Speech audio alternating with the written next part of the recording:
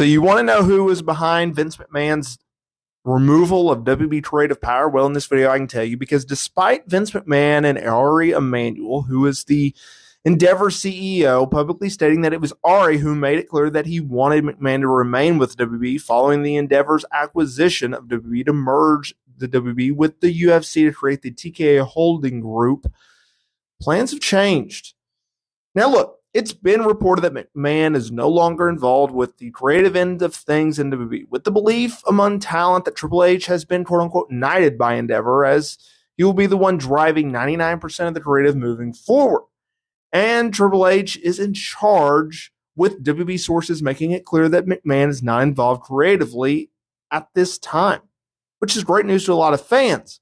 Now, when Emanuel recently spoke at Bloomberg's Screen Time conference, where he blamed the TKO price being down due to a few different reasons, including the Saudi Arabian investment into the PFL, which is a rival MMA promotion, in addition to reports of NBC Universal being out of the mix for Raw's media rights come 2024, and McMahon, who is still being investigated by the feds over the hush money scandal that he was involved with in 2022, well, things didn't look too well. Fast forward on Wrestling Observer Radio, Dave Meltzer noted that Emanuel was the one that decided, okay, McMahon needs to be away from the creative product. And look, this is a big deal because you go from Vince is the guy to a month after the acquisition goes through, hey, Vince, you're not the guy. Because look, when he forced his way back in January of 2023, Vince McMahon, while not running day-to-day WB creative and still allowed Triple H to do that, he made a lot of changes. And we've heard countless reports of him coming in remotely and making changes, drastic changes, ripping up scripts moments before shows would go on live, to the point where it just kind of undermined Triple H's creative vision.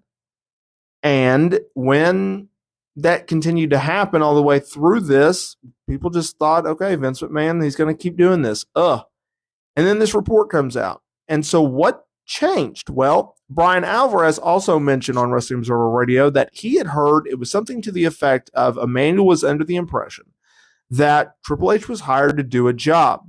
And when you're hired to do a job, you should be able to do so. And since it's Hunter's job to do creative, then he should be able to do creative without someone else overruling him and coming in and just changing things just to change it. So there you have it. That is why Vince McMahon lost his WB creative power.